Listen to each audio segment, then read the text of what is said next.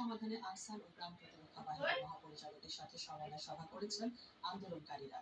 তাদের দাবি মানা না হলে কর্মবিরতি পালনের হুঁশিয়ারি দেন তারা। মনির হোসেন তপুর রিপোর্ট। ছয় মাস আমরা খাই না খাইয়ে আমরা ১.৫ বছর পরে মেসেজ পাই আমাদের নুন আনতে মানতে পড়ায় এই জীবন থেকে আমরা মুক্তি চাই।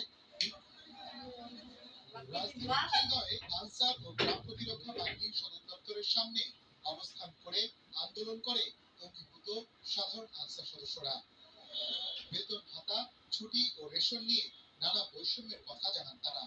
বাহিনীতে কাজ করে পাওয়া সামান্য বেতন দিয়ে পরিবার পরিজন নিয়ে মানবেতর জীবনযাপন করছেন আনসার সদস্যরা। আমরা একটা বাহিনীর সদস্য, এ কারণে আমরা বাড়িতে যে কেউ কখনো কোনো কাজে আমাদের ডাকেও না, কেউ একটা যে কামলা নেবে এটাও কেউ বলে না।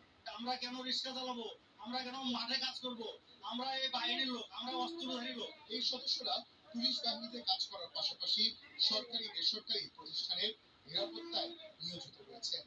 ৩ বছর কাজ করার পর বিশ্রামের জন্য বাধ্যতামূলক ৬ মাসের ছুটি দেওয়া হয় তাদের।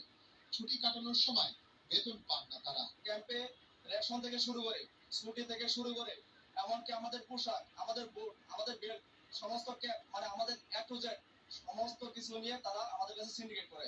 আমার মা একজন হার্টের পেশেন্ট, তার ২৫০০ টাকা প্রতি মাসে ওষুধ লাগে।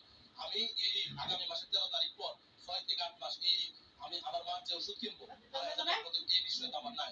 এত বছর ধৈর্য ধারণ করছি, অনেক আশ্বস্ততা আমাদের দেওয়া হয়েছে, তার প্রতিফলন হয় না। আমরা চাই নির্ভরযোগ্য একটা লিখিত স্টেটমেন্ট। অধিকার আদায়ে আনসার সদস্যরা ১১ আগস্ট থেকে আন্দোলন করছেন। দেশে অভিভূত সাধারণ আনসারের সংখ্যা ৬৯,০০০-এর উপরে।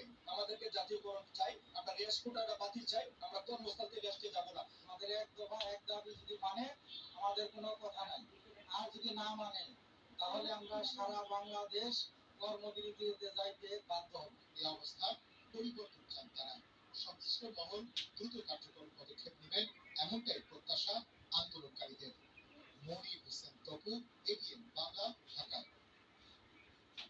দেশের শীর্ষ ৫ শিল্প গোষ্ঠীর কর খাতে তদন্তে নেমেছে জাতীয় রাজস্ব বোর্ড এনবিআর। বেক্সিমকো গ্রুপের কর্ণধার সালমানুর রহমান, নাসা গ্রুপের চেয়ারম্যান নজরুল ইসলাম মজুমদার, সামিট গ্রুপের চেয়ারম্যান আজিজ খান, বসুন্ধরা গ্রুপের চেয়ারম্যান আহমেদ আকবর সোবহান, ওরিয়ন গ্রুপের চেয়ারম্যান ওবায়দুল করিম